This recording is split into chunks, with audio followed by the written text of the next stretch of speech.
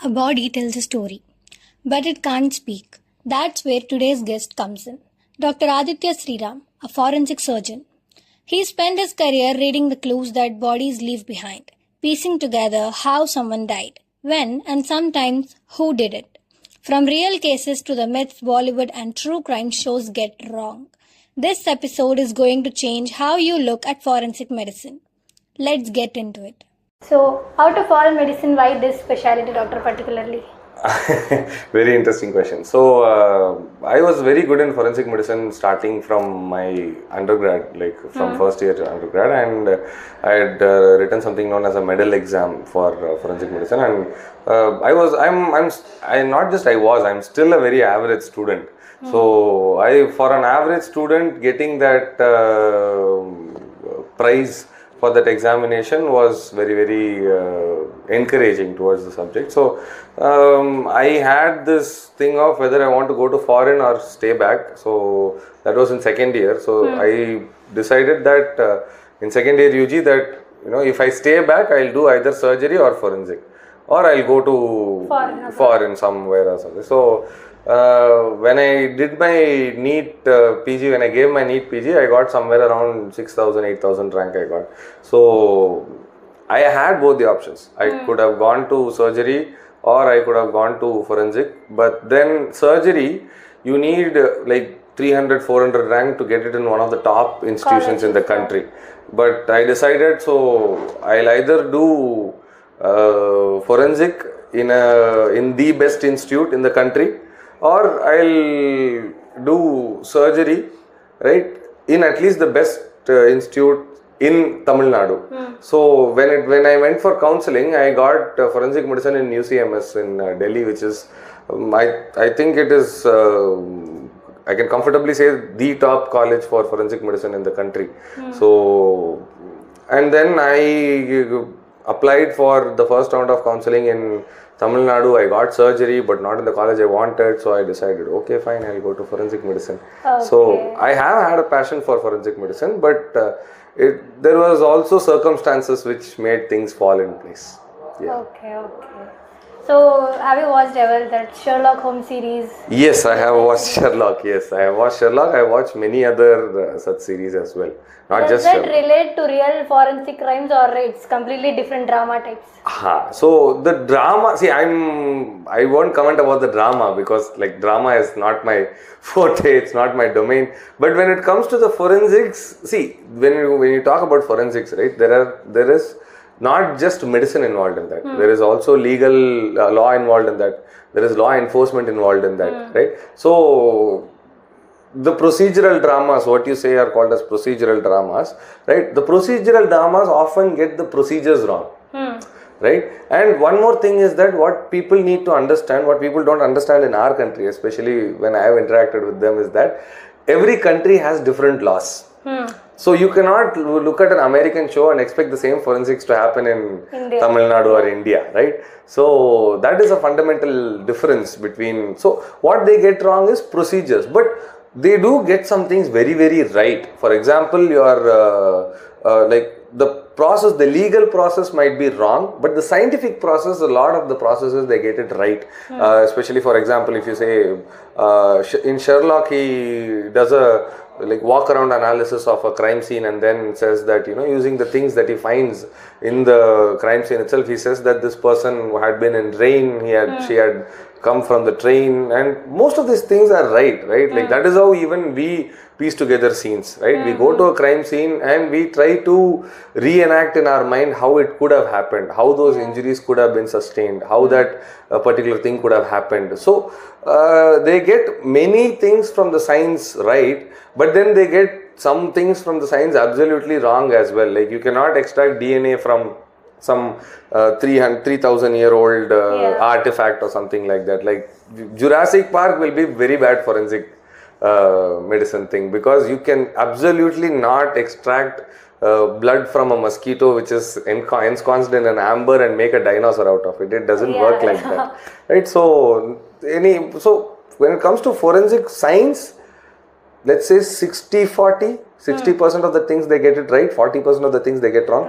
But procedure, 90% they get it wrong. Even for America, the procedure that is shown in American television isn't proper. Same goes for a British, and same goes for us, right? Like certain procedural dramas, like there was one with, I think, Sonakshi Sinha in the lead, and then there are dramas like Delhi Crime on Netflix, right? So Delhi Crime, even though both the seasons are like, I think there are more than 2 seasons, though they are placed in Delhi and like based in Delhi, many things they get it wrong, right? Like you can't ask for a police officer, like you can ask for a police officer for a warrant, yes. If you're sitting at your house at 6 o'clock in the morning and like someone suddenly wants to search your house, you can obviously ask for a warrant if you have not done anything, right? But they say like, oh, if you're sitting in a car and you have weed with you, they need a warrant to search your car. Absolutely not. That is absolutely ridiculous, right? It's because a car is in a public place, and in Indian law, it is still debated whether a car itself is a public place or not. So those procedures don't work in India. What's the one myth about autopsies you are tired of correcting? Very, very interesting. I was waiting for this question. Not one, two. Okay. 2 actually. The first thing is that there is no such thing called as a partial autopsy. Okay. Right? Like, because see, I have talked to people multiple times. It can be either my patients who are requesting me to do a partial autopsy, or when I am having a discussion, they say that no, the autopsy was done in a partial way. There is nothing called as a partial autopsy. You cannot do a partial autopsy. Partial autopsy means incomplete autopsy. Okay. Right? So an autopsy has a set procedure, and all of those things need to be done. Now, how you are going to do those things, that might vary from person to person, right? I might look at a case without removing any organs from the body, right? The organs will be inside the body. I'll dissect it within the body and pack the body and send it off. That is valid.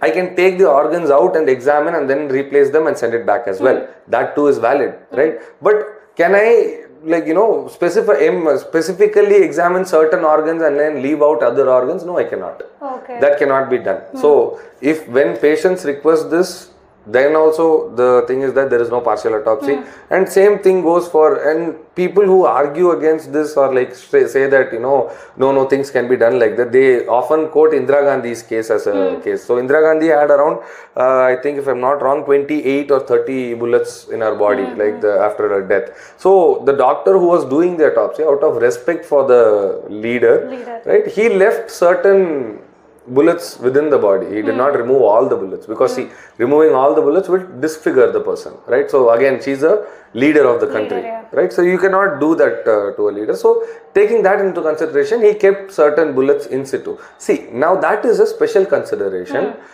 in a very, very unusual situation.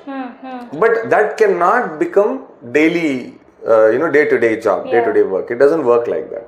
So that is one myth that I want to dispel, that there is something known as a partial autopsy. There is nothing called as a partial autopsy. And one more thing that I want to dispel is that people think we take organs from the body and do something with it.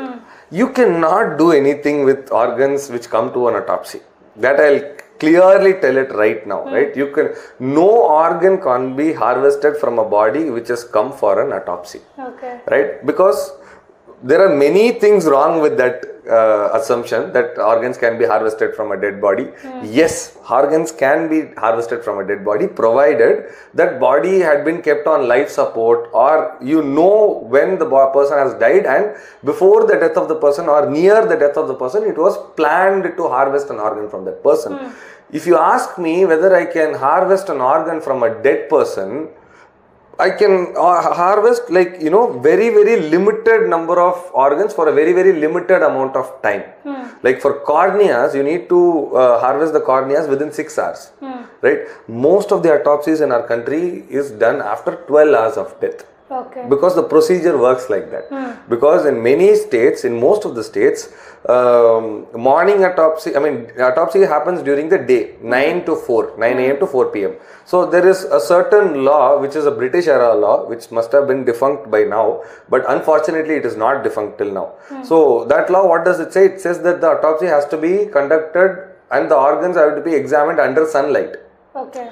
So it is now a technical glitch. Now it is a legal technical glitch that nobody is willing to change that. We have lights, we have amazing lights now. It is not 1960s or 1940s anymore. We have amazing OT light technology, we have excellent light technology. Yeah, LED lights, laser focused lights. So we have all these things. Obviously we can do night autopsies, right? But India has not moved on from that because nobody is bothered to change that. That is the basically one thing. So that is one more myth that I want to dispel, that so as I was saying, if the autopsy is scheduled to happen in the evening, it won't happen in the evening, right? So the person has to wait till the next day morning, right? So if the body comes to the mortuary, let's say today, this evening at 6 p.m, right? Minimum the autopsy can be done tomorrow morning at 9, which gives you a window of around 20 hours. Right, most of the organs will be unviable at that point of time, and even the organs which are viable, we still cannot harvest them in the mortuary. Why? Because mortuary is a highly infective space. You do not have any sterile area in the mortuary or anything like that. It's a highly infective space, and any organ that you harvest inside a mortuary is as good as, let's say, nothing. It's as good as minced meat. You cannot do anything with that, right? So even if I do harvest organ and I do sell it to someone, nobody will be able to do anything with that. So there is no market for dead people's organs. What will we do harvesting those people's organs? So that is a hugely popular myth that I want to dispel, that you can harvest organs from dead people who are coming for autopsies. No, you cannot harvest organ for dead people who are coming for autopsies. But this was actually a myth where I also heard so many people told. Yeah. People, see, the thing is that too, you're a med student, right? You must have at least had a doubt ki, they're saying this, but what about viability would have been a doubt with you, right? But think about a layman, think about a layperson who's like lost their loved one, they're coming to the, and then someone hears that, they're harvesting kidneys in this. And that becomes a problem when, I'll tell you, we actually take certain organs for histopathological or toxicological examination. That needs to be done in order to find the cause of death. So this literally happened with me when I was working in Delhi. So an autopsy was done, and it was a very, very famous case because the groom had died in a marriage, actually. So North India has this, tradition of shooting guns into the air in marriages, in weddings. So like that, they were shooting guns into the air, and one bullet entered the groom. Right? And he died on spot. So the body was brought, autopsy was done, and then, but the thing is, see, even though there is a bullet, the person has died under suspicious circumstances, and it was a political case, right? The person was a political leader's son. So you don't know whether that gunshot was intentional or accidental, right? And you do not know whether there was a separate another attempt to kill that guy. So I cannot risk anything at that point of time. I need to preserve as much evidence as possible in order, if something comes up in the future, if the court wants to examine certain evidence, I could have already provided evidence for that. So we had harvested the viscera. So viscera, there is certain set of organs that we take, so that which is sent to the forensic sciences lab to do analysis to check whether there is any poison on that. So what happens is, this body is moved out of the mortuary, a set of people take that body and they go, and the other side, the police, see, we hand it over to the police. It is the responsibility of the police to hand it over to the forensic science lab. But usually police are very sensitive in these things, right? They hide it in a box or something and then they take it. But this was, I think, as a histopathological thing or something like that. So this wasn't inside a box. He was having it in his hand. So immediate ruckus started that they are harvesting the kidneys of the groom, because it is a young groom, they are harvesting organs. Police is also in on it, everyone is in on it. And then we had to sit down, everyone, they had gone to the district commissioner, and the investigating officer had to go there, it had to explain. It was a huge fiasco. So that is why that myth I want to dispel. Only organ that is even possible to harvest within a autopsy hall is a cornea. Right, that too under strict precautions, strict sterile precautions. So it has to be done by a professional. It can't be done by forensic doctors nor by technicians. It's not that easy to do. So nothing else can be harvested in an autopsy hall inside a mortuary. And even the cornea, if it is harvested, definitely someone will know. There will be an eye cap, right, or the eyes will be sunken, right? So definitely someone will know. So there is no question of organs being harvested. Harvesting, yeah. How do you know if it's a murder, suicide, or accident by just examining a body? Okay, we don't know that by just examining the body. See, that is one more misconception about forensic medicine as a whole. So, forensic medicine is not just about autopsies.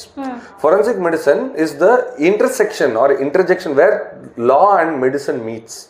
So, wherever law and medicine meets, there is forensic involved there. There is forensic medicine involved there. So, we do not find out whether a person has been killed or it is a suicide or an accident just by looking at the body.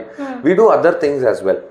Like for example, as I just now told, we do toxicological analysis, we do histopathological analysis, and obviously we do look at the body overall as well, and then we have further things as well known as forensic science. So forensic science is entirely different from forensic medicine.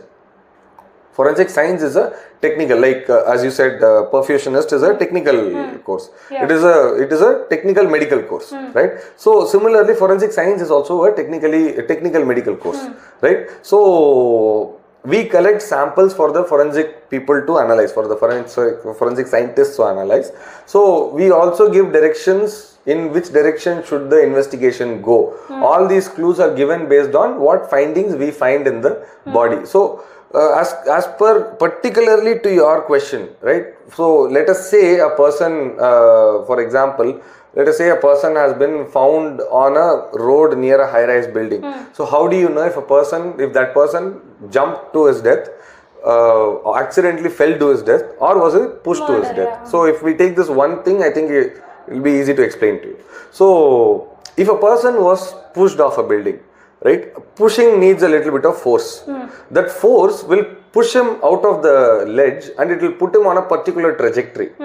Right? Physics, we have studied, right? So it will put him in a particular trajectory. If he has slipped and fell, that will be in a different trajectory. Right? He'll be right next to the wall. Yeah. If he has stepped off or jumped off the ledge, he'll be a little bit distant from the wall, but not too distant from the wall. So a person who fell accidentally, a person who committed suicide, and a person who was pushed will fall in three different places. So this is known as forensic physics, right? So what we do, or rather what information we give for forensic physics people in this particular scenario is that one of the cases that I handled was such a fall from height case, but which actually turned out to be a hanging case. Oh. Yes. So what happened was this kid, right? It was an accidental hanging, but it was still a hanging. It was a case of hanging. The kid did not fall to their death. So what this was a kid, I think around 8-9 years old kid, right? Okay. So the kid was playing in the roof of the house, which was on the second floor, right? And there was this laundry line. Right, laundry line you have. So this kid had got up on the ledge and he was trying to hang on the rope, hang and play on the rope. But unfortunately, what has happened was he has jumped and he has caught the rope, right? So there are two levels of rope that they have tied in the house, because obviously they must have had more clothes, right? So they have tied two levels of. He wanted to go to the upper rope thing, right? He catches onto the rope and he hangs onto the rope. The rope snaps and his neck gets caught in the rope beneath that level, and then he falls outside the ledge, right? That rope is still in his neck, right? And the rope also snaps from one side, right? It is a nylon rope, so it wraps around his neck, right? Nylon rope doesn't have a lot of elasticity, it doesn't let go easily. It's a nylon rope, wraps around his neck. What happens is that he struggles, he cannot shout, obviously, it is on the neck, right? So and then what happens is, after a point of time, the child dies. Once the child dies, the body loosens. When he's struggling, the body is all tight and everything, right? So once it dies, the body loosens. And what happens when the body loosens, the nylon rope also loosens, and the kid falls down. There are injuries on the body, but all of them are post-mortem injuries, right? So that is one major difference that we are able to say. Which injury is antemortem, that is before death, and which injury is post-mortem, after death. That we'll be able to very, very clearly say. So there are injuries, other injuries on his body. So all of them are post-mortem, except the ligature mark, which was antemortem. So first, what line of thought was there was like, someone has killed the kid and he has thrown them off the roof, because obviously that is the first thing that your mind goes to. Ki, there is only one anti-mortem injury, rest of them are post-mortem injuries. So the police, we also give the same information to the police, like this might be a case, you look in that direction, and then the police find CCTV footage of what actually happened. So a different building, some 100-meter away or like 80 meters away, had a camera which was outside, which was broken, right? And because it was broken, it was showing that particular angle. So that is how the police figured out that no sir, this has happened, right? Like, so he has gone limp. Once the body gone limp, the rope has loosened itself and he has fallen down, or rather the rope didn't loosen much. The weight of the body, he just slipped due to that sweatiness and everything. It just slipped. The luggage has just slipped off the body. But by the time the child was already dead. So, like, these are some of the ways that we are able to say that, suicide, homicide or hanging.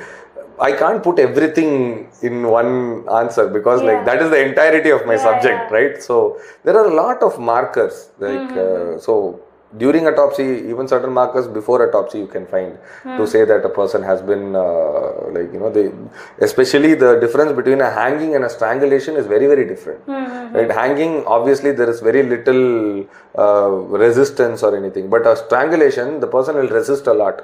So there will be a lot of other injuries as well. And then you look at direction of injuries. Like for example, if you say 3 people killed a guy, the court will ask which guy delivered the kill shot. So that you need to say based on the direction of the injury. 3 people are standing in front, one guy hits like this, another guy hits like this, and another guy hits like this. So you can, using the direction of the injuries, you can say, not all the time, many times you can say that yes, this was the lethal blow. Right? So direction of injuries, direction of force, so all of these things are depicted in the body. So basically a body is like a record of what happened like immediately before their death, right? Not just their life and like lifestyle and everything. Yes, it does give a lot of information about that as well, but majorly for us, which concerns us, is the period like in which they died, like at least the day in which they died. So it is a very clear snapshot of that. Yeah. I heard something about the human body most people have no clue about until it's too late. Okay, in today's context, if you want to ask, there are many such things about the human body which the people don't know, and it might turn out to be too late.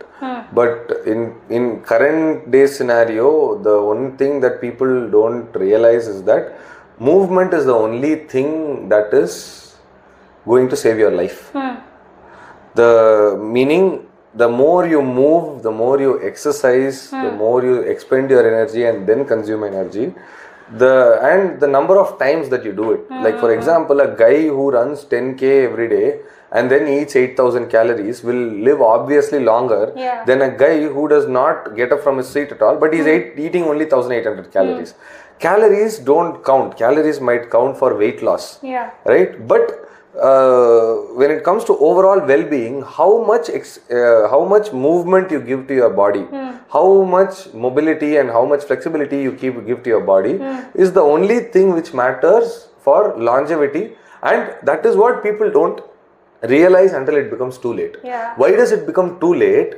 They do not move at all till a point of time, till they reach a point where they will not be able to move even if they want to. Right? And they reach that situation, and the situation just keeps getting worse and worse and worse. You can't do anything about it. So that becomes a very sorry stage for a person. That becomes a very, very sorry stage for a person. How, like, the unlimited amount of regret can be there, but none of it can bring that mobility back. I saw this concept on previously also I was watching that one person told you don't be a good kid and go and grab adults things and all. Let them walk sometime, let them run, let them enjoy their life at the old age also. Absolutely. Movement is important for the body at that time. Absolutely. Because again, even from not just from a doctor, not just from a general physician, general doctor perspective, even from a forensic doctor perspective, I have seen many people dying due to natural causes who are obese. But I have not seen people like, struggling or suffering too much who are lean. Lean people don't suffer much. right? Even in death, they don't suffer much. But obese people, they live in difficulty, they have to survive in difficulty, and even in death, there is very little comfort or dignity. So, like the cases that you see, and obese people obviously die younger. Yeah. Lean people I have seen, like, most of the 80, 90-year-olds I've seen are very lean. Most of the 80-year-olds, 90-year-olds, I'm pretty sure I can say that I have not seen a fat 90-year-old. Yeah. Right. And that too, those people have worked hard in their young prime days. Yes, right. So, but that consistency is what keeps you healthy. Yeah. Right. I have seen old people, 70, 80-year-old, 90-year-old people who are very, very lean, who still work, have worked in their young age, work not just your office work or making money work, right? Movement as a whole. So that is one thing that I want everyone to know. Okay. So suppose if there is a situation where two people met with an accident and one was fully full of life person, living happily, mental condition was all good, and another person was living with traumas, broken heart and all these kind of stuffs. So after death, do you see any physical change in them, or it's just nothing, it just don't affect inside body? Okay, inside the body, not much. See, inside the body is based on your, again, movement, food, water, environment. Right, that is the majority of your internal body. Environment, why I am adding, because you might not be a smoker, but if you live in Delhi, everyone is a smoker. Right, so these are 4 things which primarily affect the inside of the body. But if you ask me whether depression and mental disorders or illnesses reflect on a person, that yes. It reflects on a person, on the external appearance of a person. Very little on the internal side of the person. Internal side, in an actual, see, in psychiatric patients is a different question altogether, because a person who doesn't have any insight, who's actual, has to be institutionalized kind of psychiatric patient, those patients will have bezoars inside the stomach. So bezoar is basically something like, if they keep eating sand or rock or something, you cannot digest that. So that becomes a huge rock inside the stomach. So then that can cause obstruction, intestinal obstructions and other problems as well. So that you see in actual psychiatric patients. But if you ask me whether you can find a person, like rather if there is any physical markers for a person being depressed or having any such psychiatric affliction, I won't call it disease, right? So that is very, very rare. You don't find physical signs of that. I mean, at least internal signs of that. External signs, yes, absolutely. You can find a person, not just that, like for example, certain things like self-harm, the propensity to self-harm, right? That and all gives a perspective about the overall psyche of the person. But I still cannot pinpoint whether the person was actually depressed at that point of time. Or whether, even if they were bipolar, whether they were having a manic episode or a depressive episode, that I won't be able to differentiate. But I can definitely say that either this person might have been getting psychiatric help or he needed psychiatric help. He or she needed psychiatric help. That much I can say. That much I'll be able to say by their general hygiene, by other marks on their body. Defensive wounds, right? Nail biting things, and your especially self-injury, self-harm. Self-harm is a very big indicator of depression. Self-harm is a very big indicator of depression, and also it is a very big indicator of the psyche of the person, that they'll be more inclined to either violence towards themselves or others. So all these things are just markers, but even those are not conclusive. It still needs corroborative evidence. What was your first experience when performing autopsies? First experience while performing autopsies. This will be very anticlimactic, ma'am, because I didn't feel that it was something scary or afraid, or like I didn't sleep for 1 week. Nothing like that. See, because one thing is that as doctors, you're used to corpses, you're used to cadavers. Right, so the first time you enter an autopsy hall, I mean an anatomy hall, you're used to a cadaver, right? So cadavers you're used to. The only, let us say, the only surprising thing was that I didn't know that 4 autopsies could happen in the same room. Oh. You just needed 4 different tables. Okay. So 4 surgeries can't happen in one room. One room, yeah. Right, unless it's a transplant surgery. Yeah. Even for transplant surgery to put 2 patients side by side, it takes a lot of protocol. Yeah. Right, but in an autopsy hall, 4 autopsies can take place side by side. Oh. If there are 4 tables and 4 doctors there to do the work, 4 autopsies can happen there at the same time. So that is one thing which shocked, you can't say shocked me, it surprised me. I did not think about that. I did not expect that, yeah. I did not expect that, 4 people will be doing autopsy at the same time and like 8 people will be helping them and all of this will be happening in the same room. No, I was really not.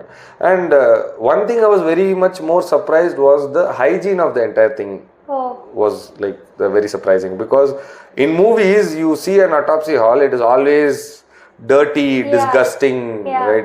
Brown liquid everywhere. The walls are all covered with blood and things like that. But when I went in the autopsy hall, it was more like this, white, pristine, no blood anywhere, all stainless steel everywhere. Because like when I asked that question to my senior, like, they show that in movies, like, why do they, I didn't think it that way. Like, why don't they show, like, I asked, like, why do they show it in the movies like that? Why isn't our autopsy hall like that? Yeah. Right. He said, see, buddy, all autopsy halls are like this only. Oh. None of the autopsy halls are like the movies. Right? Because he said, see, that might have been true in 1980s, 1970s, when people really did not care about autopsies, and like, there was a lot of anti-religious opposition to it and everything, and like, if you see, forensic medicine in India really started gaining momentum only in the 1980s. Before that, it used to be a part of pathology, right? So, even then, people consider that to be a taboo job. Oh. They'll be like, you will have autopsy doctor like they used to ask that to my professors who are like, who are in retirement age right now.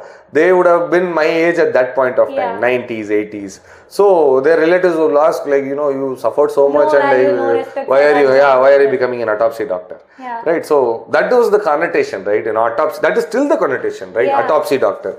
It is not autopsy doctor, right? You have an insurance problem, I am the doctor, right? You have a legal problem, I am the doctor. You want some medical person to come and give opinion or testify for you, I am the doctor. You want someone to like explain medico-legal reports to you, or like explain you win a malpractice case, right? That might be a doctor or a patient, right? A patient who has put a malpractice case, that is the prosecution, or a doctor who is building up defense, right? Both of them need me, right? So we are not just autopsy doctors. Right, that is one misconception that has happened very long before, and so that is why, like, there is that misconception that our autopsy halls look like that, and like so one that is there in one single bulb. We can never work in a single bulb. That also I'll tell everyone clearly, right? We can never work with the. How will you see things, man? Like, your main job is to notice even the minutest of things and document it. How will you do that with one serial bulb? I don't understand. Right? So it doesn't work like that. Our mortuaries today are very, very cutting edge, and the technology used is cutting edge. The science is cutting edge. Everything is cutting edge of international standards. So I think the movie makers have to catch up to that. Right? They have to really visit mortuaries and see how it works. Because in ESIC KK Nagar, we actually have a centrally air conditioned mortuary. Right? In a centrally air conditioned mortuary, if you even have one bad smell, the entire building gets stinked up. Right? So if the building is not stinking, so obviously the mortuaries also should not be stinking, right? That is the logic. People don't realize that. So I wasn't very shocked on the first day. Is there a case that still messes with your head even now? Yes. Not one case, many cases. Not just one case. Many cases mess with my head. But as forensic people, as doctors in general, we try to have a level of separation, to our person and the cases that we deal with. Because if we get emotionally invested in the cases, I will go into depression. Yeah. The doctor will go into depression, and like we cannot sustain or survive after that. And like if every doctor keeps doing that, you won't have doctors treating patients anymore, right? So we kind of dissociate with our cases, but even then certain cases get to you. So one such case was a case of an abuse and torture. So torture and abuse of I think 21-year-old, and she was a sex worker. And one thing that people don't know in our country is that sex work is legal in India. Yeah. So it is not prohibited by law. Prostitution is not prohibited by law.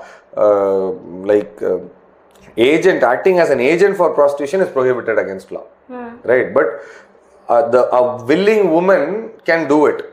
Right, so this girl was a willing sex worker, and so obviously sex workers, they don't get to dictate terms. Yeah. Like you should come here, you should do this. They don't get to dictate any of that. In India, people have that attitude. I am giving you money means you must do anything that I say. Right. So this girl had gone to one of her customers' homes, and the thing was, he was a degenerate guy, and apparently he had some gambling debt. So what this guy had done was, he had trapped her when she came home, and so I don't know whether I should be because I don't want to inflict it on other people, is my point, right? So he had entrapped her, and they had what he had tried to do was basically use her as a payoff kind of thing to the people who owed him debt. Rather people who he owed money to. Yeah. So he called all those people over, and multiple times abuse of that girl, multiple times violation of that girl had happened, and this had been going on for 10-15 days or more. So by the time the police also didn't move very fast, because obviously she's a sex worker who's gone missing. So when her friends went to the police and said that this girl is missing, so they very nonchalantly easily tell that she must have gone somewhere. She must have gone somewhere with some customer. She'll come back. So usually what happens is that even the procedural cooling off period for a missing person case is 24 hours. Yeah. So if a person is missing for 24 hours, a case can be filed. Yes. That is, there is no written law on it. It is usual practice. Yes. Like that. So this case was not even filed for 7 days. 1 week, 8 days it took to file the case. And then it took. And the sad part about this is, for the first 4 days, that girl's phone was turned on. Okay. They could have found the location where the phone is, traced her and helped her. But by the 5th day or 6th day, her phone had shut down, and she was moved to a different place. Okay. So it took an additional couple of days to find the location of the girl. By the time they found where the accused was, he had already killed the girl and dumped her in a, they say, nala. Yeah. And the body had to be recovered from there, and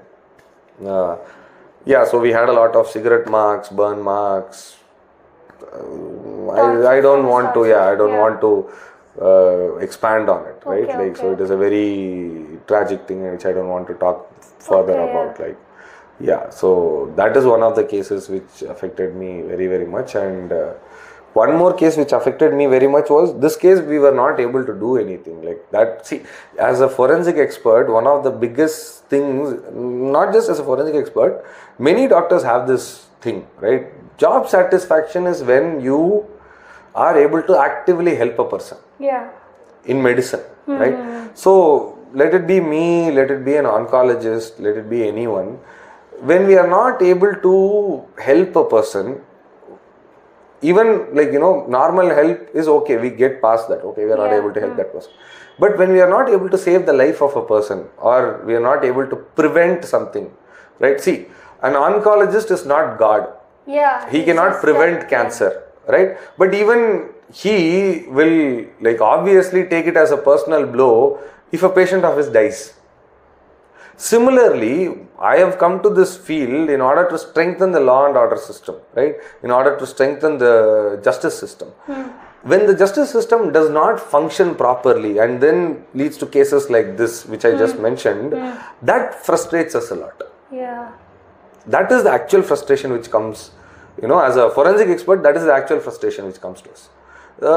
In that way, one case which was very satisfying to me as a doctor, where I was able to make a difference in a life, was a case I saw in a private college actually. When I was working in a private college, we had gotten a referral from the pediatric department regarding injuries on a 1.5-year-old boy. So we went and examined the baby, and the doctor there, the pediatric doctor, had already developed a little bit of doubt, thinking that this kid was abused, this baby was abused. 1.5-year-old. 1.5-year-old. So we went and we examined the baby, and we could clearly say that the baby was abused, right? The baby had a broken finger, multiple scratch marks over the genitalia, multiple scratch marks. See, obviously 1-year-old will scratch their genitalia, but you can see the size of the nail. 1-year-old doesn't have a very big nail, right? They have very small nails. The scratch size is there. So obviously that scratch was not by the baby themselves. Both the eyes were swollen. Both the eyes had contusions and they were swollen. The child could not open their eyes. The moment they tried to open their eyes, they started crying. Right? And entire body was full of injuries. They had 2 broken ribs. The one thing that stood out was all these injuries were of different ages. Okay. One was 1 week back, one was 2 days back, one was recent. So someone has consistently been abusing the kid. The mother was refusing to accept that someone was abusing the kid. No, she was repeatedly saying that no, the child fell down and he got injured.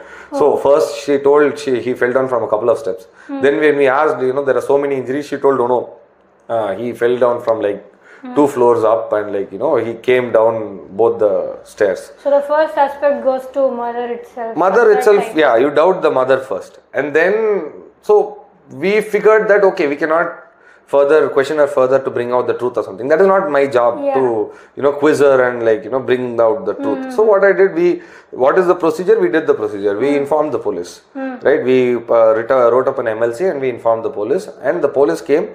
The lady police, they were very persuasive, right? And they persuaded the mother, and then the mother says the truth that the child was living with the mother's sister. Oh. The child was living with the mother's sister, who herself did not have a child, right? And she was in a relationship with a guy, not even married. She was in a relationship with a guy, and the child was living with both of them, while this mother was living with some other guy.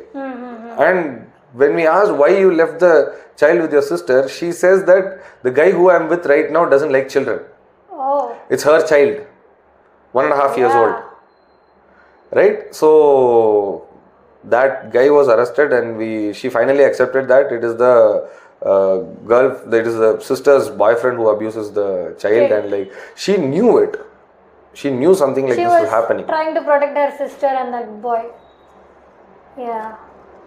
These things happen. But one thing that I'm happy about it is both the mother and the accused are in jail right now.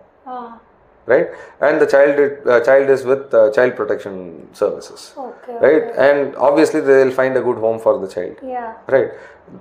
The only thing that gives me job satisfaction is knowing that that kid will be living happily somewhere with a good family who will not abuse her. Yeah, in a good environment.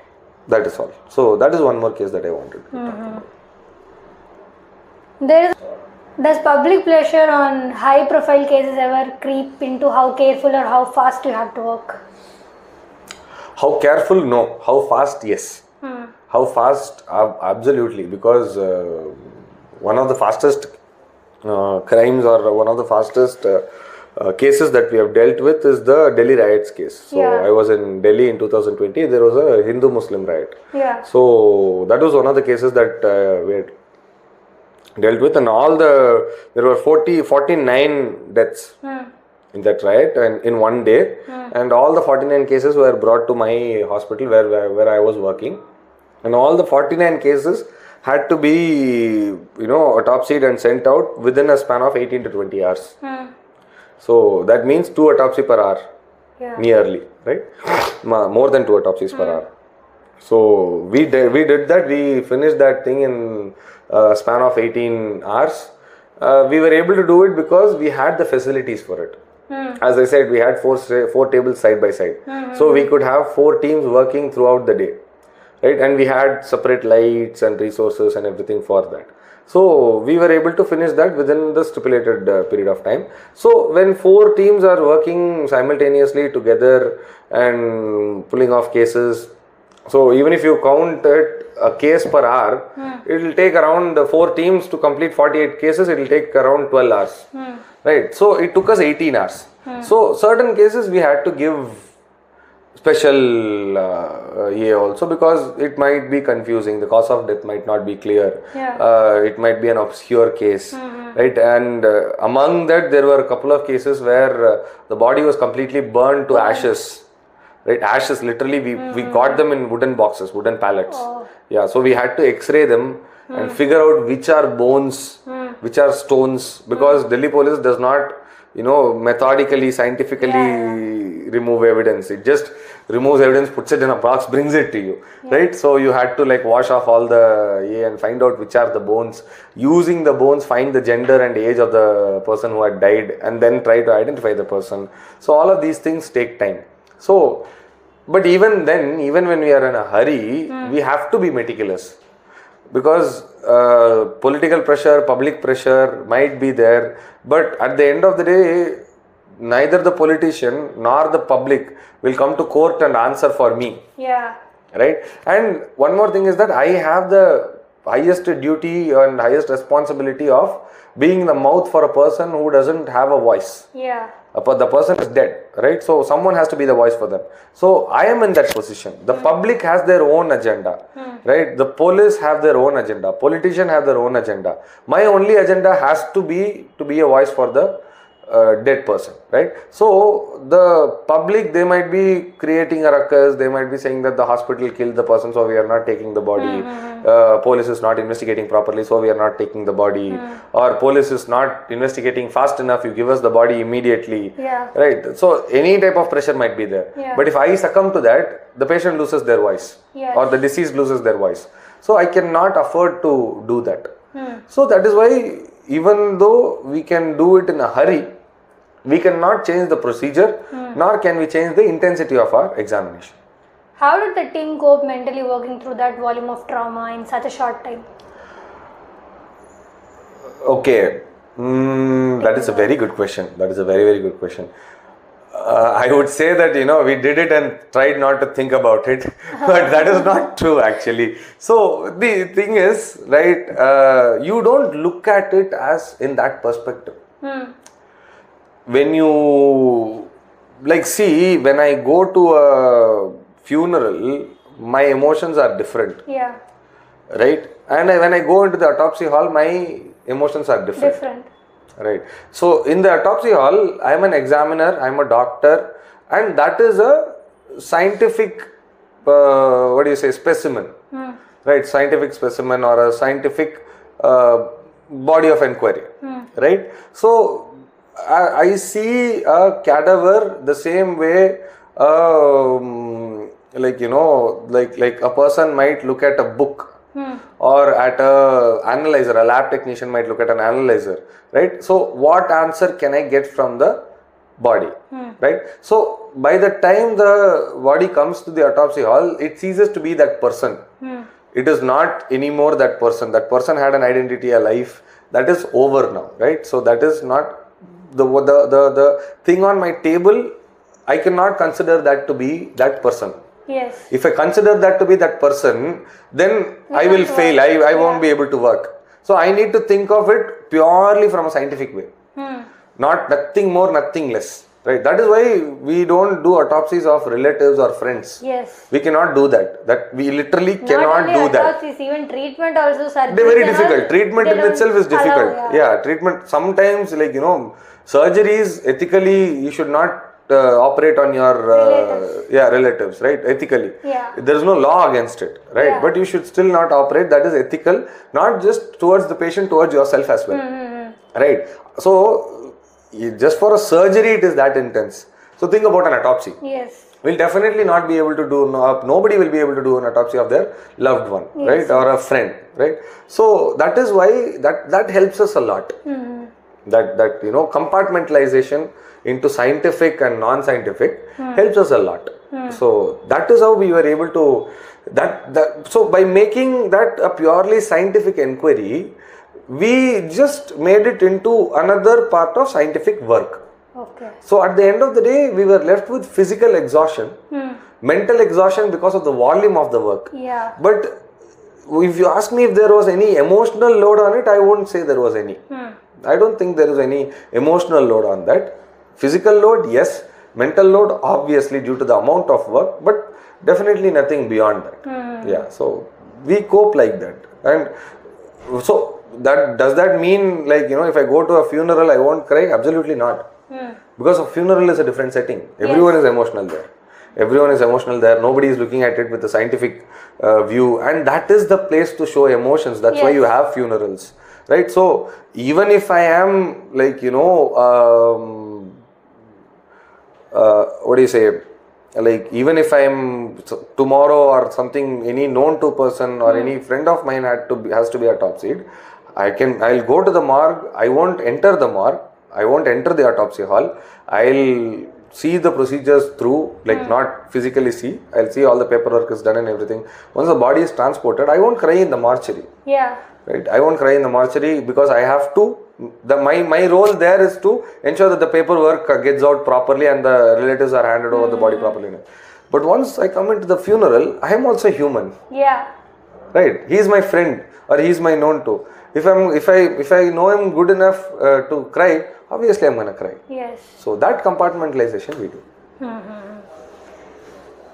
Are you scared of dying?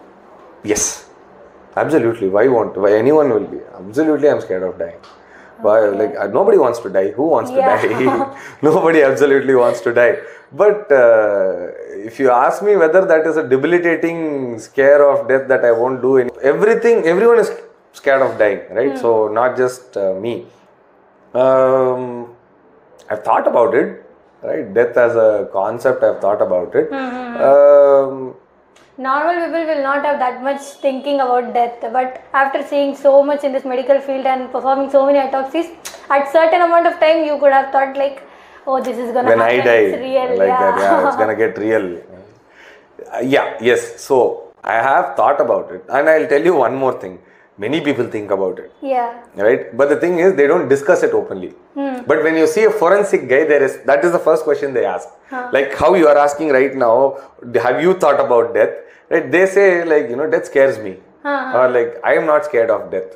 See, as far as I am concerned, any person who is not scared of death is either lying or has not entirely thought about it till now. Okay. Right. See, it is basic human instinct to survive.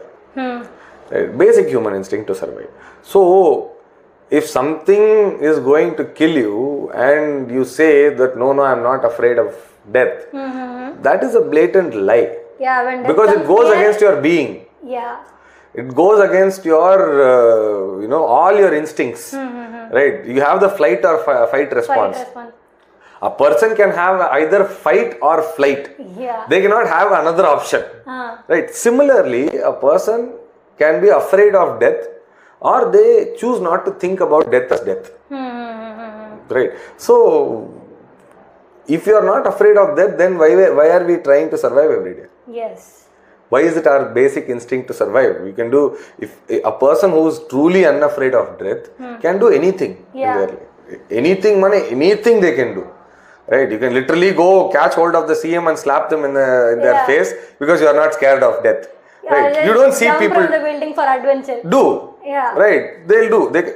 People even jump from buildings without jump from buildings for thrill, but they choose to wear a parachute. Yeah. Right. Anyway, they choose to wear a parachute, and they choose to wear a tested parachute. You give a bungee jumper new pair of things, he won't do. Yeah. Like no, is it tested? Will be the question. So everyone is scared of death. Nobody is not scared of death, and nobody is beyond death. Obviously, everyone is gonna die at some point of time. Some people might have accepted it. Right? Yeah. Like, yes, I'm going to die. So what about it? But that acceptance, as far as I've seen, does not come before like 80, 90 years of age. Nobody wants to die before that. Even if you ask a 60-year-old, like, are you okay with dying tomorrow? He might chumma say, oh, okay, I'm willing to. But if the actual, Grim Reaper comes inside and asks, are you ready to go, buddy? They'll start crying, definitely. Some more time I want to. Yes, give me 1 day, give me 2 days. Let me fix my affairs. Let me tell goodbye to my dog. Let me spend a day with my grandchildren. Something, anything. Everyone has a reason to live. Right? So that is why everyone will be afraid of death. The person who does not fear death, that is what, either they are lying, nor have they, or they are not accepting, or they have not thought about it. Okay, yeah. The person who's trying to accept, he'll say, I'm afraid, I'm still trying to accept. Right? Even a person who's going, because see, we have brought people back from suicidal ideations. So what those people say is that I was deadly scared of committing suicide. People who commit suicide are very, very scared, in fact. They are not brave. Brave people do not commit suicide. People who are scared commit suicide. Right? They say that I was very, very scared of committing suicide. Right? But the only thing that pushed me more towards it was knowing that this will end. So they at that point of depression, at that point of thought process, they had thought that this would be a better exit than living in this life. So that is why they say, I never thought I'll be happy again. I never thought I'll be able to see sunshine again. They say, I see sunshine, but it's grey. It's not bright, it's not vibrant. So these are the only three categories. Either you have not thought about it, or you are afraid of it, or you are actually in a very, very bad place where you think that is a better option. But even then you are still scared. So death is scary. So let's get into rapid fire section. Yes. Weirdest object ever found inside a body? Weirdest object ever found inside a body? Torchlight, metal torchlight. Really? Not a dead body. Oh. One health That habit. should make it worse. Yeah. Okay. One health habit you would tell everyone to drop immediately. One Health habit. health habit: brushing your teeth twice a day. Really? Yes, you should brush only once. Many people tell that 2 times. Yes, but recently I have a lot of dentist friends. They are making a lot of money because of overbrushing. There is something known as overbrushing. You can brush through your enamel. Your enamel can get broken off and it will go off and your teeth will become sensitive. So there is something known as overbrushing. You can overbrush. So brush once a day. Okay. Most googled forensic myth. Most googled forensic myth. I really don't have an idea about that. Okay, no issues. Yeah. One skill from med school you use the least. One skill from med school I use the least.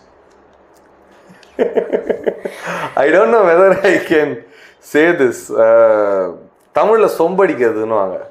I don't know. You don't know that. It's called chamchagiri in Hindi. Okay. Or lapping up to your seniors. Okay. That is one skill I learned Always in... telling yes. So that one thing I was forced to learn in med school, I have never used it.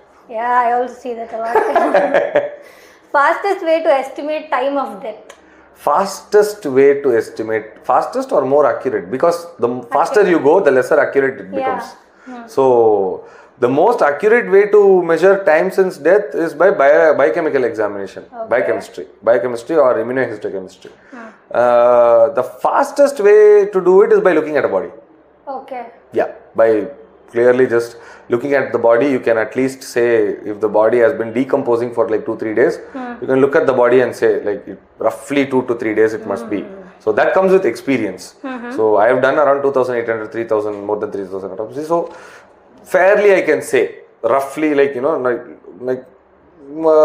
educated guess, people say, right? So it will be a bit more than an educated guess. So that much we can say. Fastest way is by looking, but the most accurate way is by immunohistochemistry. Okay. Is it possible to tell a person is left-handed or right-handed from a wound or anything? Yes, absolutely. Okay. One thing every crime show gets wrong about fingerprints. You cannot wipe off fingerprints just by That brush, tape like that. No. You cannot one thing is, once you touch a handle and you just wipe it off with a kerchief, your fingerprint doesn't go off very easily. Okay. Right? A partial at least might be there. One But thing. that is the most common thing people do to erase fingerprints. It doesn't work like that. Okay. You'll get caught. Okay. Right? One thing. So that is the one thing that people should know. Most common misconception people have about your job. Most common misconception that I do only autopsies. Okay. That is the most common misconception. So I am much more than autopsies. One case detail that still surprises you after years on job. One case detail that still surprises me after years on the job. That I saw a case where the patient had defecated the bullet that killed her. Yes. Very interesting case for the next podcast. Okay. Natural death or unnatural death, which is harder to identify? Natural death. Okay. Natural death is harder. Huh? Yes, very hard. Many a times. Because natural death usually happens in India, either it happens as a result of stroke or it happens as a result of a cardiovascular incident. Mostly, I'm broadly speaking. I'm not saying these are the only causes of natural death, but mostly, broadly.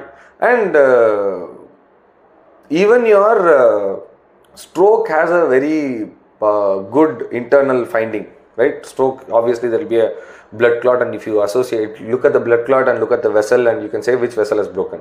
But myocardial infarction, heart attack is very difficult to pinpoint that it has happened at this point of time or due to this particular vessel. That becomes a little bit tricky, but that too can be told conclusively. But once histopath is done, histopathology is done. So yeah, that is the hardest thing to find. Drowning or burning, which is tougher to investigate? Drowning or drowning. Okay. One word people used to describe you at parties once they find out about your job. Scary. Oh. Okay, so we will close this by this one question. Yes. If someone is watching this podcast and wants to get into this field, what you could tell them? One advice. One advice I would tell them is to not listen to naysayers. Meaning, when I wanted to join the field, I had many people who discouraged me rather than encouraged me. Okay, yeah. So why? Because obviously you'll have to be with dead bodies all the time. I'm not with dead bodies all the time, right? I am that too in recent last 6 months. I don't think I've seen a dead body, right? So they discourage you. So don't let people discourage you. And second thing is that take this subject only if you absolutely love the subject. Because if you absolutely love the subject, there is a lot of money to be made in forensic medicine in a straight manner, in a straightforward, legal manner. There is a lot of money to be made. But if you don't like the subject, or rather, if you are not, you need to be really passionate about forensic medicine, not just like the subject. Like me, you should be crazy about forensic medicine if you really want to make a difference. If you are really not crazy about forensic medicine, then take some other subject which you are crazy about or you like better. Okay. Right? Or which makes better money than because in forensic, if you want to make money and you want to be honest, you really need to love the subject. Okay. If you want to be dishonest and make money, you can make that in any field. Right? And if you want to just mint money, I don't want to play much with the actual science of it. I just want to make money with my degree. So there are other fields for that. Yeah. In medicine itself, there are other fields for that. I won't specify which fields, but there are other fields for that. So they can do that. Yeah. But if you are gonna come to forensic, really love the subject, really work for the subject, and try to improve the subject as a whole. Try to improve the forensics of the country, because there is an option and an opportunity to do that. Not a lot of fields are still much underdeveloped in India. Many fields are like overdeveloped in India. But forensic is still one such field which is still growing, because law changes day by day. Yeah. Law changes daily, right? So forensic has to change with it. So there is a lot of scope, there is a lot of place, but come with a passion is the only thing that I want to say. Thank you so much for joining me. Thank you so much.